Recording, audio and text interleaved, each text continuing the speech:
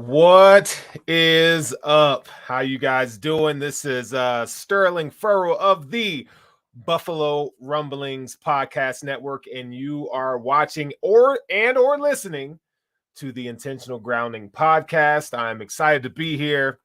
It's another week. We're kind of I wouldn't say we're in the dog days of the summer, the off season, but we're kind of almost there. I mean, one of the last hurdles that we have to look forward to or things to anticipate is the release of the schedule. Okay. The schedule should be coming out on Thursday.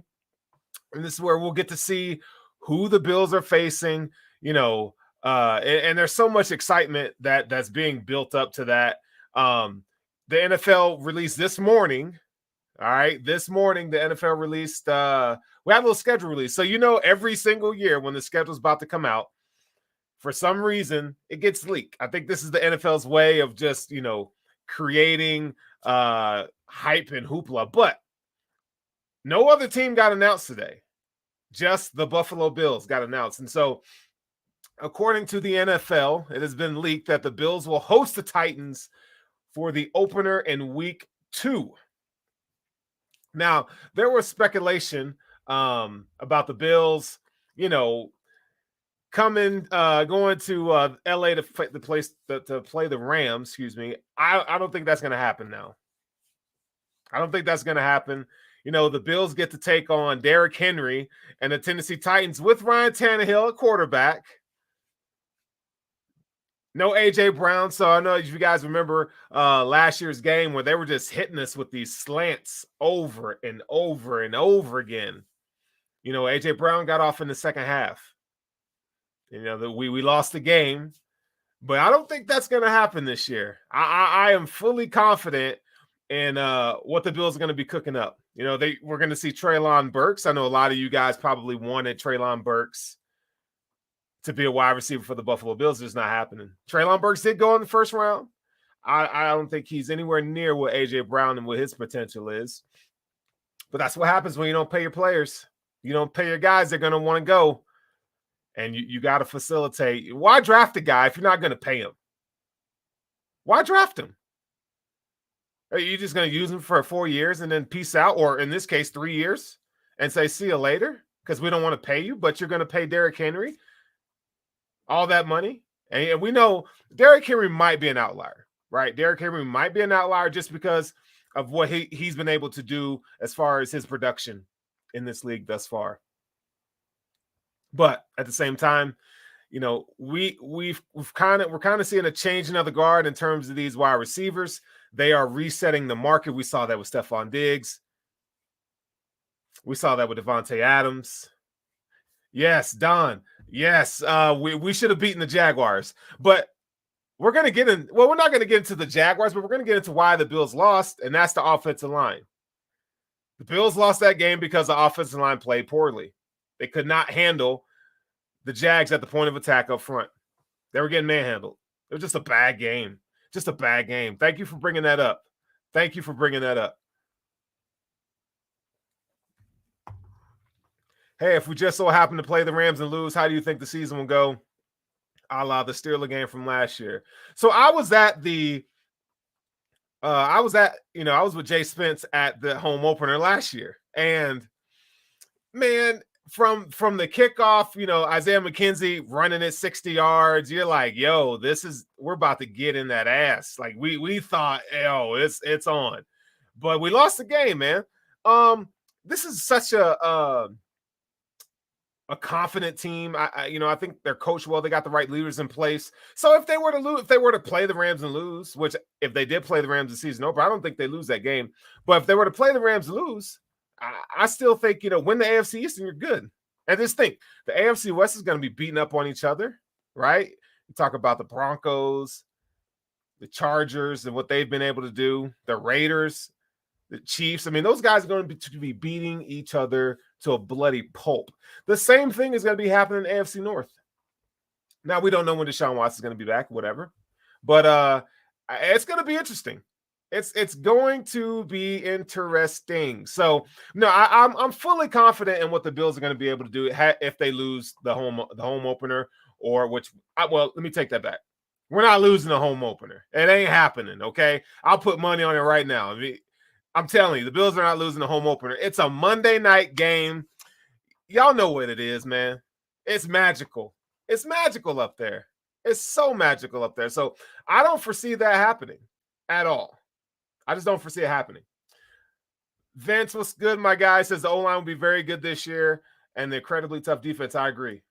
I think our Bills are going to be fantastic this year. They're going to be fantastic. Offense to defense. You know, if you look at this roster from top to bottom, 53-man roster, I don't think you're going to find a better roster from 1 to 53 that's better than the Bills. And that's not being a homer, but that's just going through all these rosters and looking at all these players and what these guys bring to the table. I don't think you're going to find a better roster. Now, if you want to say, okay, take the homerism out of it, whatever, the Bills are top 3. When was the last time we were able to say that? Huh? It's been a minute. But tonight, we're going to be talking about the offensive line. There's one more thing we could talk about, too. One more thing I want to bring up. My guy Bradbury, James Bradbury was released today. James Bradbury was released by the Giants. Now, it reported that they could not find a trade partner. So, you know, the Bills got Kyer Elam. I don't know. I would assume, I don't have a source on this, but I would assume that the Giants approached the Bills about a trade. And maybe, you know, the Bills don't have a ton of cap space. Now, I think they could have kicked some things down the road, some future contracts, and restructured one or two if they really wanted James Bradbury. But now you see on Twitter that, you know, well, now that he's available, the Bills got Kyer Elam. The Bills aren't interested. And I'm not necessarily certain about that. I mean, you got to consider that some of these guys, that some of them want to win a title. And Buffalo is about as good as you're going to get in terms of opportunity to win a title with Josh Allen, these guys, Von Miller. I mean, the list goes on and on and on.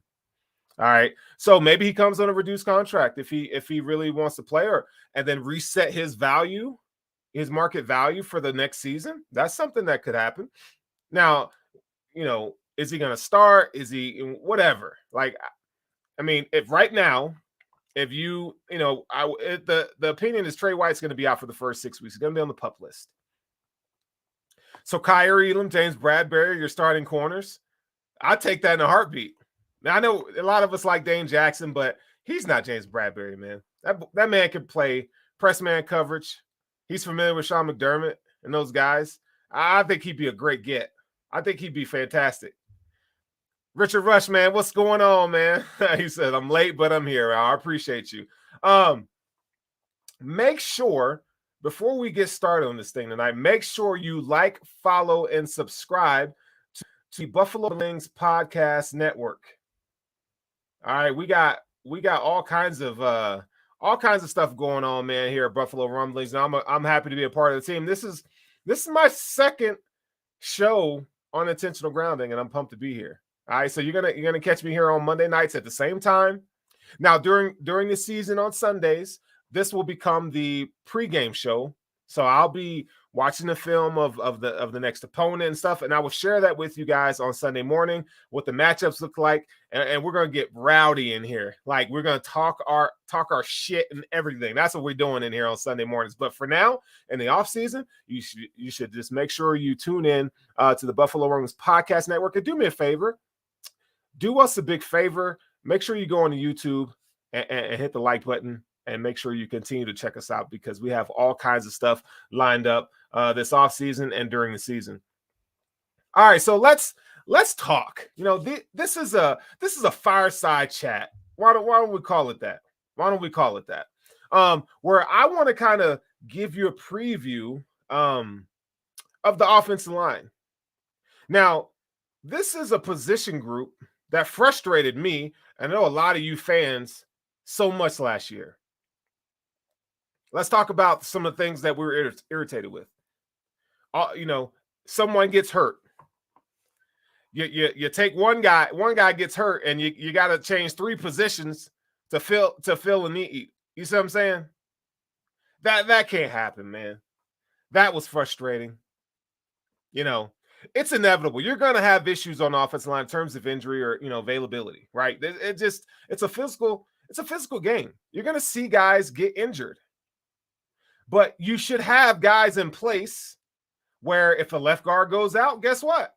Someone who can play left guard steps in, and you don't have to move Daryl Williams in 2 spots here. I mean, that was atrocious.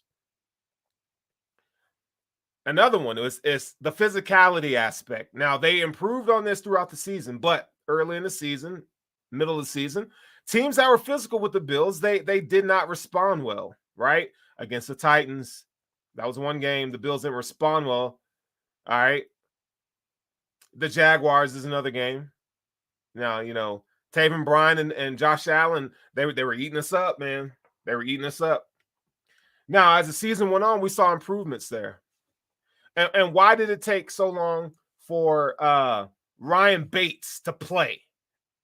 And before I get into all the good stuff, if Ryan Bates is this good, as we saw him come in and play toward the end of the season, I think Ryan Bates had 294 snaps. 294 snaps. That's 25% of the snaps. But that heavy usage happened toward the end. Now, 25% of the snaps throughout, 17 games, which he was available for all 17 games. What the hell took so long for this man to get in the game? Now, they'll tell you, they wanted Cody Ford to develop. It didn't really happen for whatever reason, right? John Feliciano, who's no longer here, he's going to be starting center for the Giants. Wasn't it? Deion Dawkins was struggling with COVID last year. All right. Mitch Morse, although he was fantastic, but not having that continuity next to him, I think it kind of hurt him a little bit. This offense, the offensive line really couldn't get in the rhythm. Now, I'll tell you that this is a unit altogether. They were 6th in rushing yards. Okay. They were 6th in yards per carry. Now, you say, Josh Allen Josh Allen really made that happen. Okay. So let's say you take Josh Allen out of the equation altogether. All right. And you want to look at a metric called explosive run rate. The Bills were 5th in explosive run rate with Josh Allen running rock. You take Josh Allen out of the picture, that all his rushing and his ability out of the picture, the Bills fall to 23. I also believe in, when we talk about the running game, having some sort, running backs need rhythm. So when you're throwing Devin Singletary out there and Zach Moss out there, Matt Breida, you don't know what you're doing. You can't get a rhythm. The offensive line needs a rhythm. These running backs need a rhythm, right? It's not just one or the other. It works hand in hand. So we saw last year, during the trade deadline, we was like, give us anybody on the offensive line. Give us anybody, right? We wanted Andrew Norwell. We were like, trade this, and that, and it didn't happen.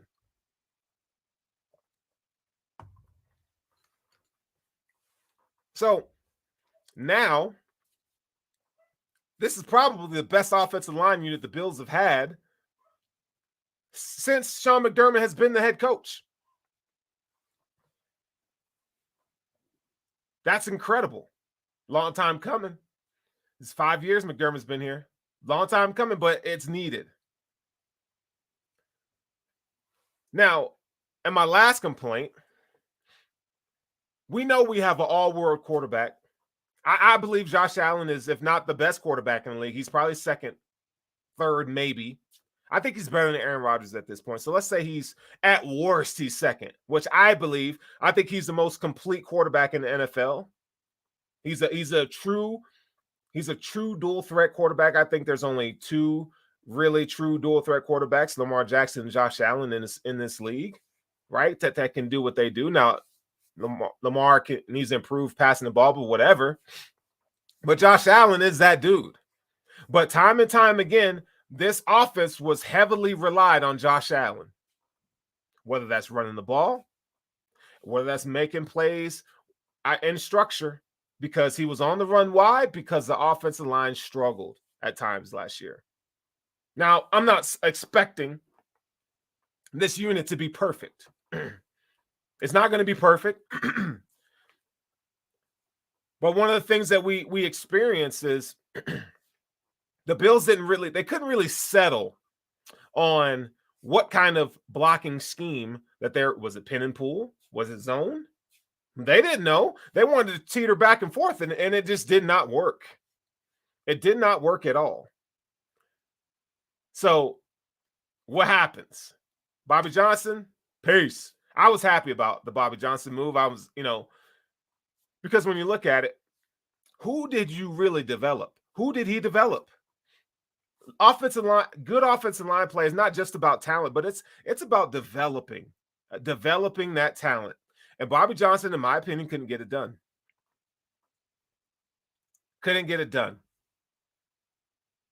So we saw Singletary get better as the season went on. When offensive line got some continuity, they kind of settled in on a blocking scheme, right? But Bobby Johnson's out, and in comes Aaron freaking Kromer. Now, I'm a big fan of Aaron Kromer. Now, some of you guys, may not understand or know who he is. I'm gonna kind of bring some things to light here. So Aaron Kromer he's been around the league for a long time.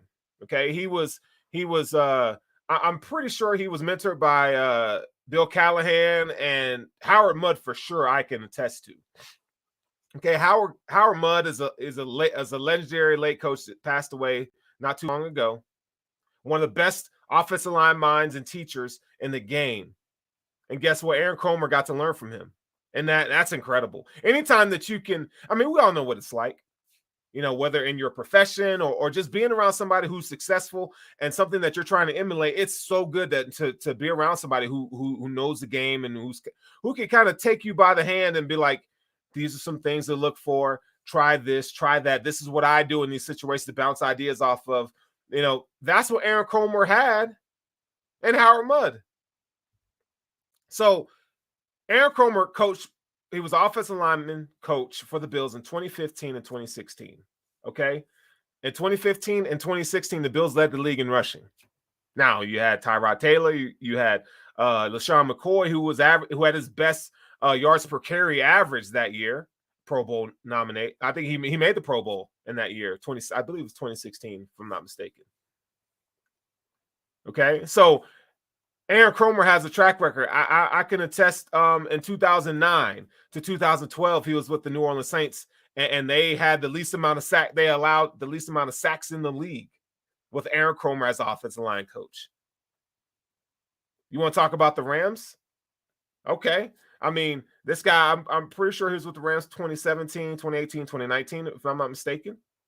One of the best run blocking teams in the league. Right?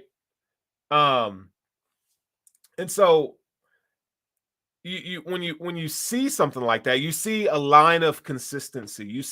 You see guys being developed. Roger Saffold is a guy that played for Aaron Kromer while he was with the Rams.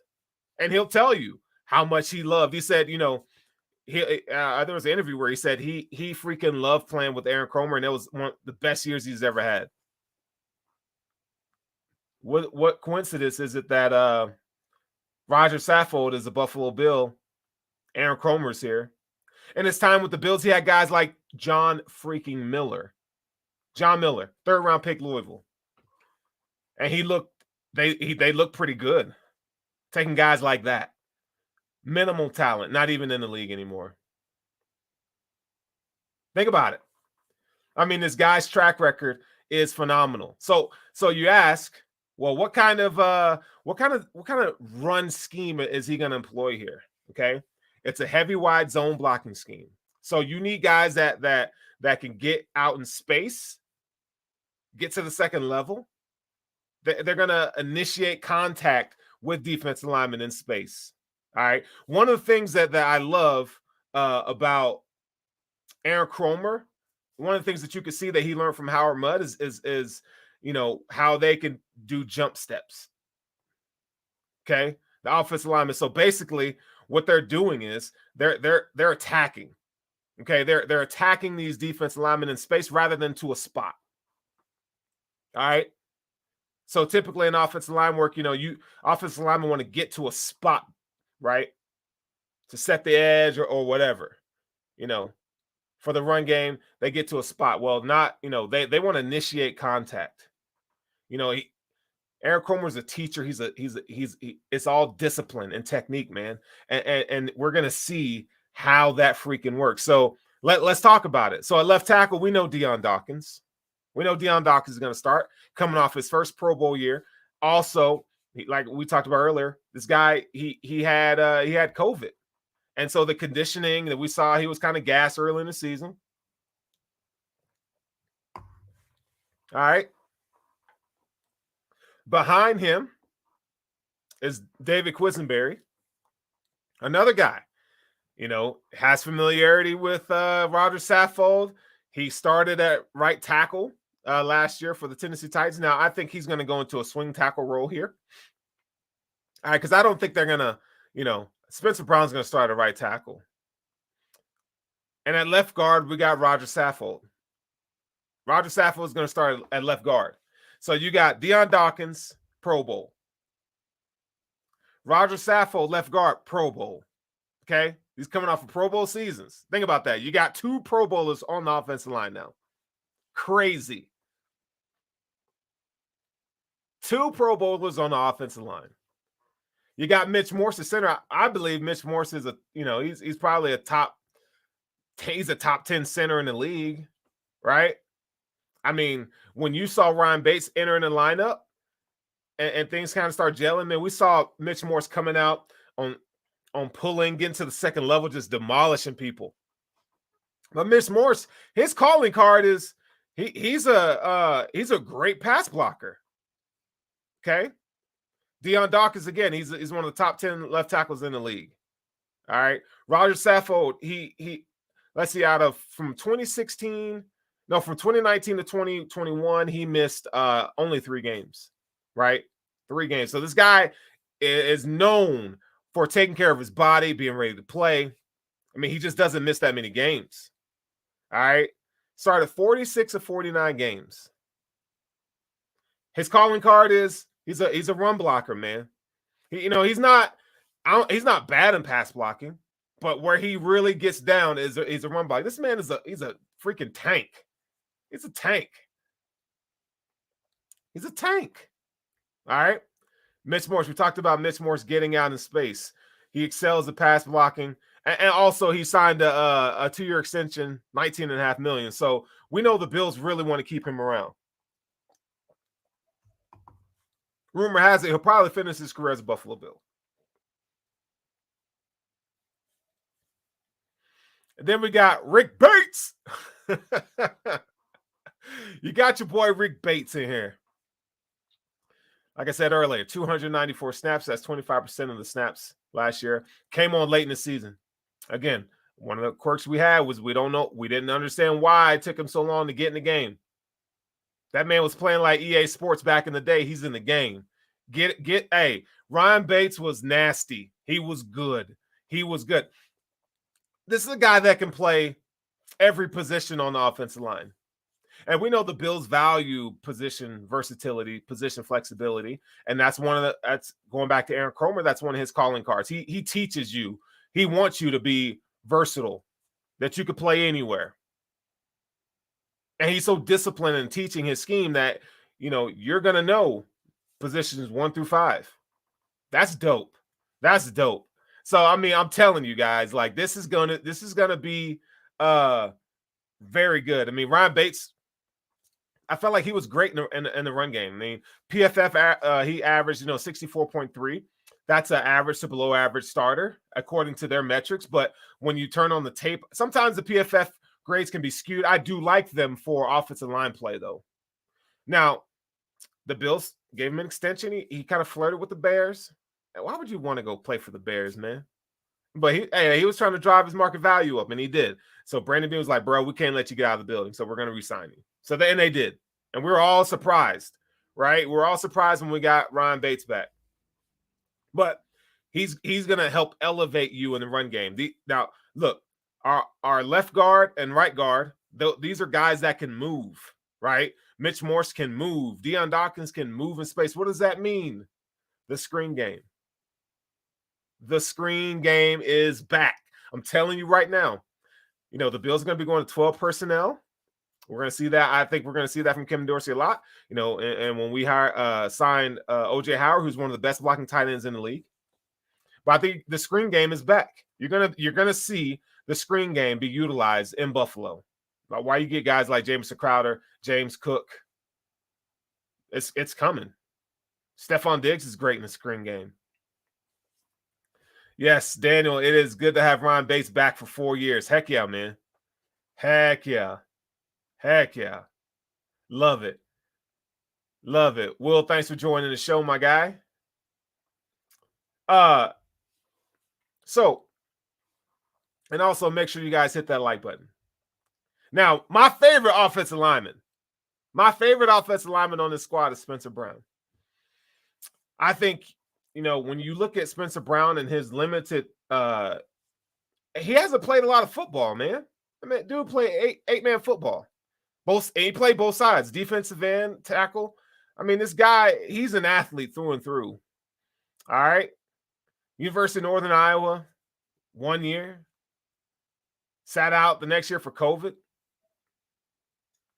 So last year was really that man hasn't played much tackle in his life.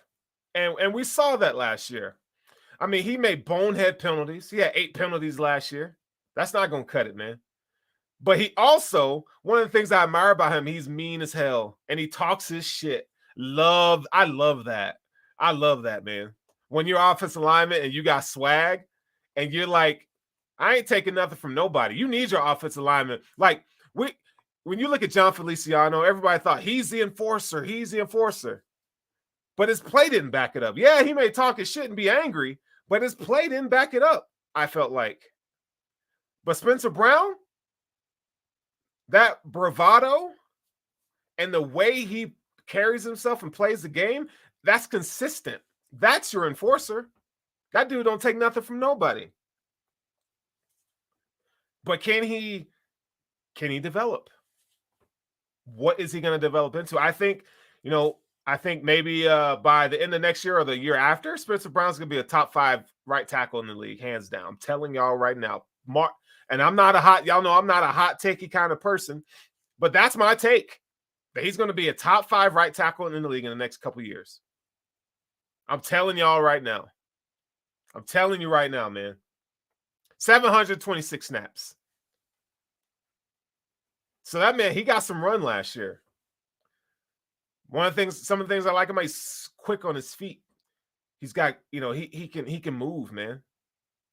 He finishes blocks with tenacity, right? Now, his frame, he's 300 pounds plus, 6'8". He's got a thin frame. All right, we like to see him add some bulk to that frame. Okay. Now, this is a big offseason for him because, he was a rookie last year. So we know what it's like coming from being a rookie to highest comp. He didn't even play the year before.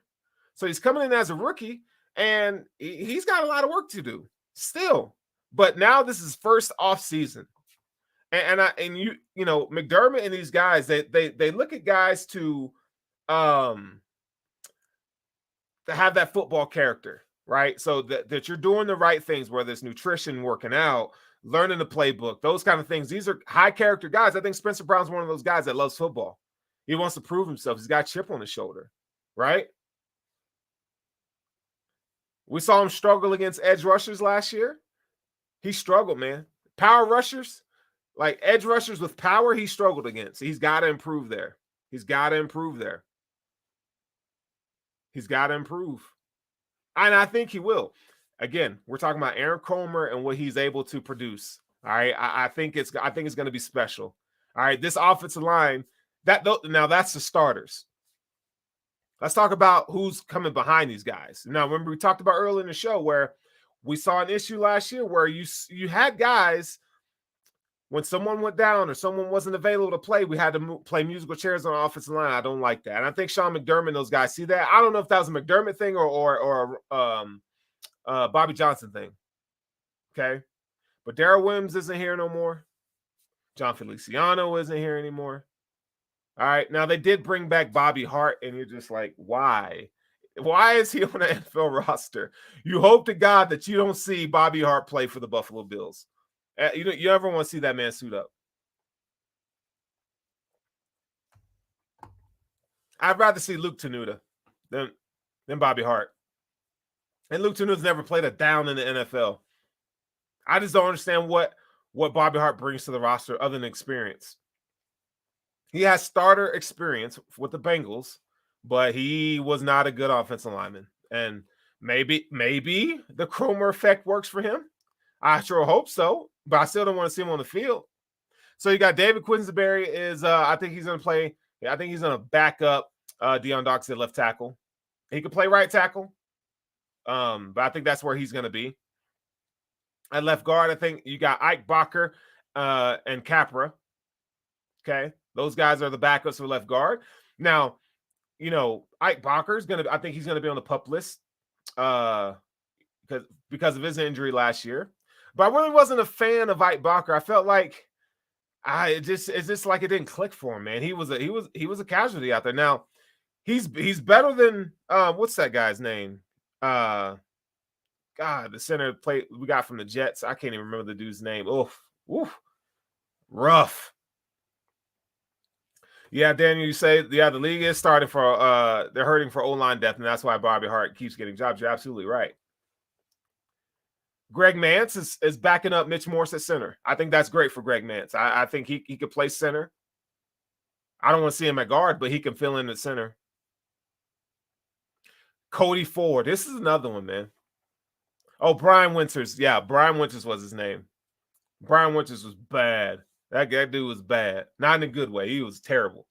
And then where's Charles Barkley? My man was terrible. He was bad. But there it goes to show to me, it felt like there was no plan with the offensive line. You shouldn't have multiple schemes with an offensive line unit. That just does not work. Okay. But Cody Ford, drafted in the second round, we expected him to come in and compete and be a starting caliber right guard or right tackle, right? Now, coming out of the draft, a lot of people thought that his best position was guard. I really thought that he could play tackle, but that didn't pan out, and he's best at guard. Okay, so I was wrong on that one. So at right guard, what can Cody Ford do? What can he bring to the table? He's got to get better in a lot of areas in the game, man. Run blocking, pass blocking. You see, the thing about Cody Ford is you see glimpses like, oh, okay, like he's okay. Like, point of attack, he's mean. He can move guys out of the way. Pass blocking, he needs to improve his footwork. But you're like, okay, like, so you see why there's intrigue with Cody Ford. It's just like it never clicked. It's never consistent. And you want to see more consistency, especially as a second round pick, man. So I understand why Bean and them kept taking chances on him, because you want to see him succeed. That's an asset, right? A second round asset. You got, like, when you're taking rounds 1, 2, and 3, there's expectations that come with that. You're expected to be a starter. And he's not panning out. I think now, even Brandon Bean said in the offseason that this is, Cody Ford gets a reset. So I think that goes to show that they weren't really fans of what Bobby Johnson was bringing to the table in terms of the tutelage of the offensive line in the development phase. I think this is the first offseason where Cody Ford is going to be healthy, right? And one of the best facilities in the league. It's for us nutrition and medical staff with the Buffalo Bills. So let's see. Let everybody just take a reset here. Whatever you think about Cody Ford, let's give him some grace and mercy here. Let's see what he can do. Sometimes with these linemen, it takes 3-4 years. It does. Let's see what happens. So let's not write Cody Ford off, man. Let's give him some love, Bills Mafia. because he might turn out to be something on the right coaching. I want to see what he could do. I mean, just look at it this way. Let's say you love Ryan Bates, and Ryan Bates outplays Cody Ford, but Cody Ford is showing that he could be a starter. You got two options here. You could trade his butt, or Roger Saffold is going to probably play 1 year. So let Cody Ford play right and move Rick Bates back to left guard. Done.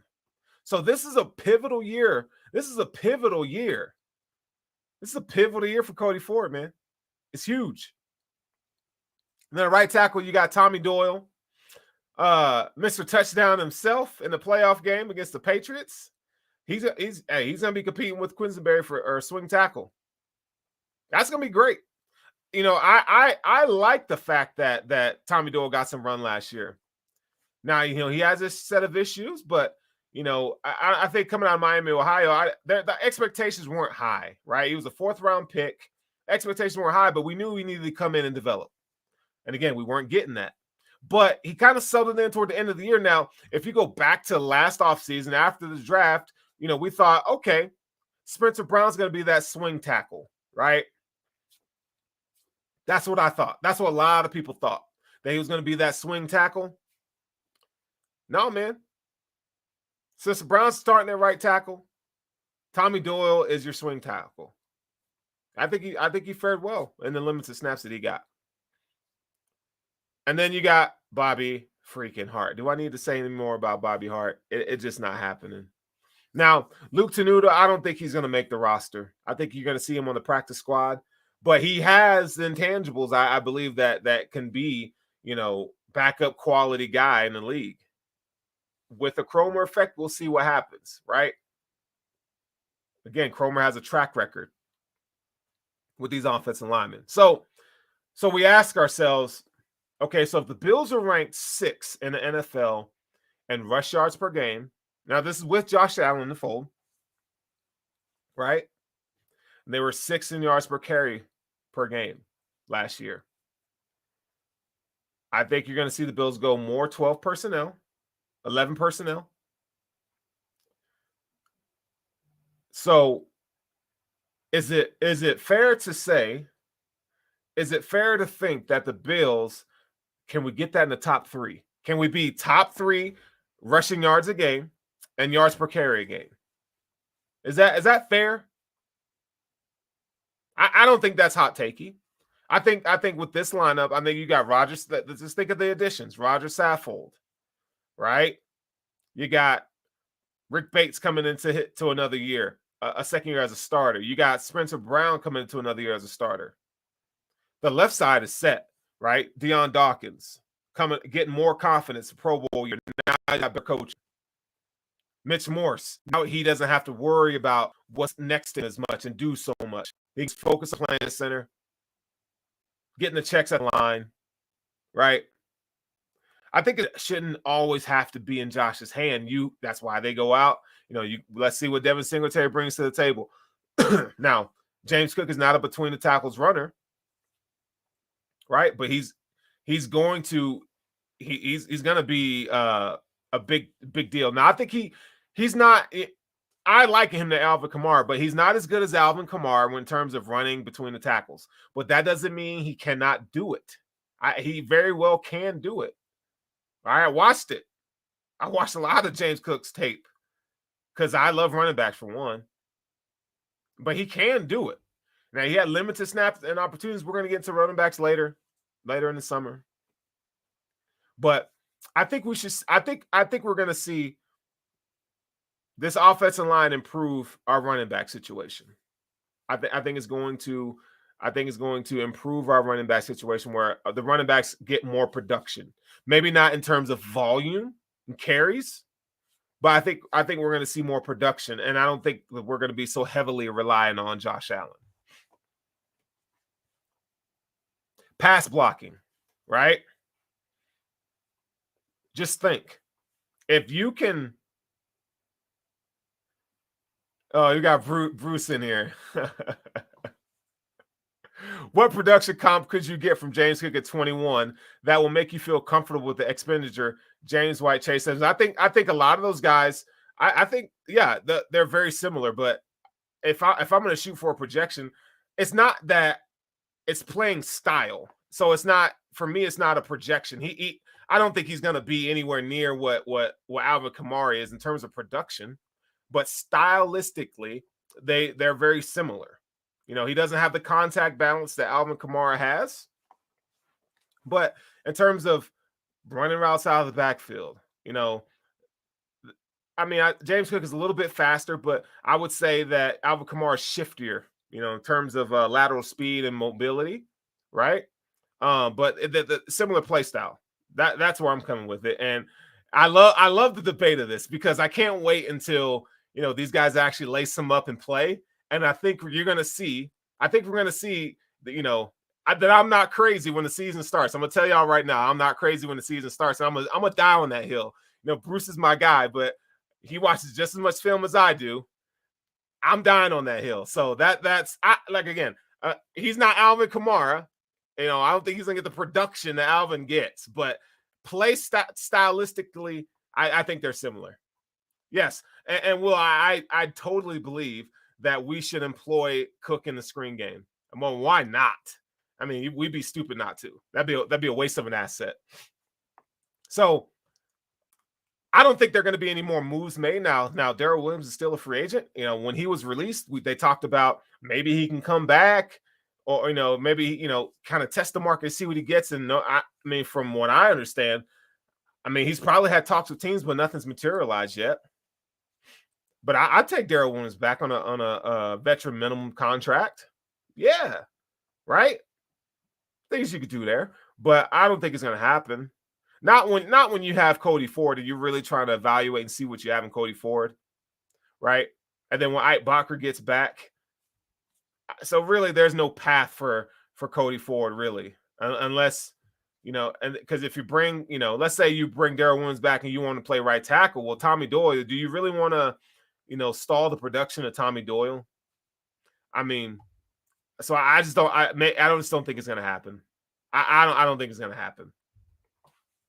So there you have it, folks. We're not going to stay on this, for an extremely long time tonight. But I just wanted to give you guys an idea of what you should expect moving forward with this Buffalo Bills team.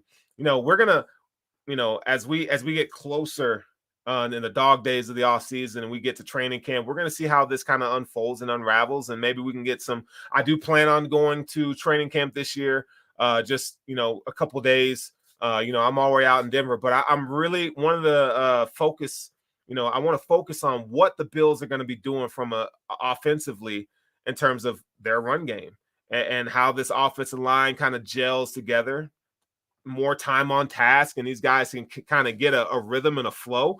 I think the sky's the limit. And just in closing, games are won in the trenches.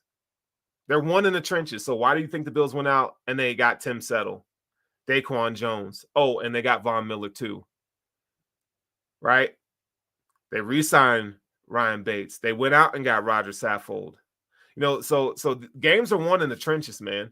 You can set the tone, and week 2 is a perfect game because the Titans are their defensive line is absolutely nasty. Okay, that defensive line is nasty. So that is a perfect test. That's a perfect test for this offensive line moving forward. And we don't know who they're going to play week 1, but best believe my attention will be on that offensive line week 2. That home opener, I hope I'm there. If I'm not, watch it on TV. I'm watching it on TV, and I'm definitely keying in on what this offensive line is able to do. Again, this is probably the best offensive line that Sean McDermott and these Buffalo Bills have had in quite some time. Since his tenure here, this is the best offensive line that they have. So make sure, if you haven't, liked, follow, and subscribe to the Buffalo Rumblings Podcast Network. Make sure you do the same. Come on, man, do the same to the Intentional Groundings, yo. This is my solo deal here, and I appreciate you guys listening, and I hope that you have a great day and the rest of the week, and I'll see you later.